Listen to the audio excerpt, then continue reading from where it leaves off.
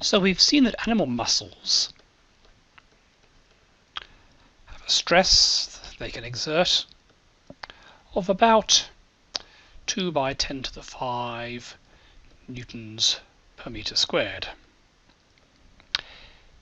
And that's pretty uniform across the entire animal kingdom.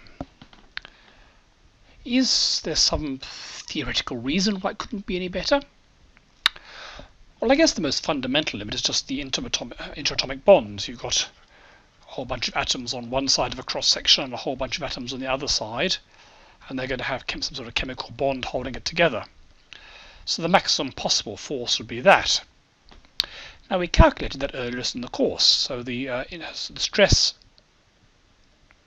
limit from bonds is about 10 to the 11 newtons per meter squared. That's if you could suddenly persuade every atom to bond with the one next with maximum force. That's the amount of stress muscles could exert. Now, that's clearly not feasible. You couldn't actually get perfect chemical bonds to pull things together in that way. But nonetheless, that's a factor of a million difference. So there's certainly nothing in the actual strength of materials that would limit us. Materials are certainly quite strong enough to handle much bigger stresses than that. Okay, so the limit is not that a higher stress would actually tear atomic bonds apart. This is for bonds like carbon nanofibers. Real bonds are much weaker than that, but they're only a factor of 100 weaker than that. This is a factor of a million. So that's not a limitation.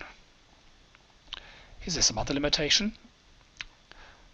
Well, it's easy to see there's a counterexample, because you get excavating machinery, diggers and excavators, which have muscles driven by hydraulics. What happens here is you typically get a cylinder, and you have a piston inside it, and you supply high pressure oil in here, and that exerts a pressure force there and pushes the piston up. And that's how, for example, forklift trucks would lift things, and that's how excavators, backhoes will dig things up. And they're capable of very great feats of strength. I've just been watching the backhoes across from my office pulling down the old chemistry building, and with the actual hydraulics that push it are not much wider than my arm or my leg, yet they're capable of pushing over brick walls. Now, what limits the strength of these? Basically, if you put the oil under too much pressure, it can either leak out around the seal here, or it can cause the entire metal cylinder to explode. That limit would be hard to calculate, but you can actually look it up. It turns out that for commercial hydraulics, they have a limit on the pressure of about 500 atmospheres.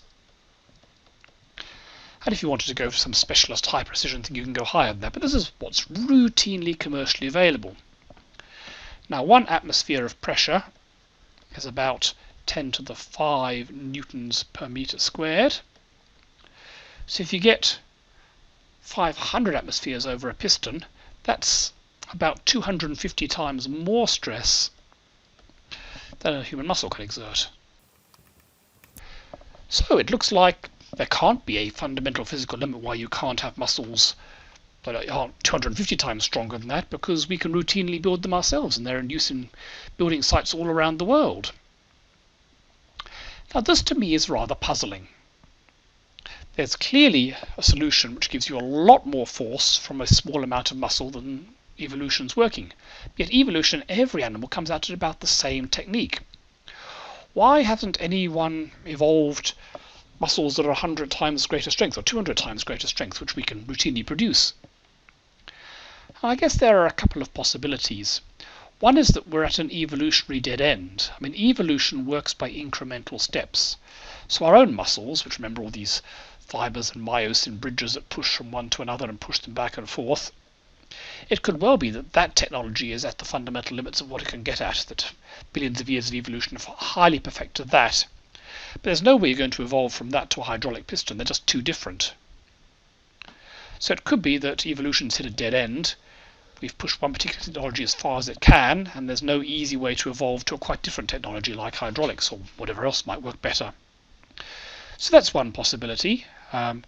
So that could mean that aliens who maybe developed a different technology could well be vastly stronger than us. And we certainly know robots can be vastly stronger because they can use hydraulic technology or various other things that are equally good. But another possibility is that force is not the limiting factor. Maybe energy is the limiting factor. Maybe the reason why we can't do greater feats of strength is not because our muscles aren't strong enough, it's because something else limits us. Maybe we haven't got enough energy to get it going.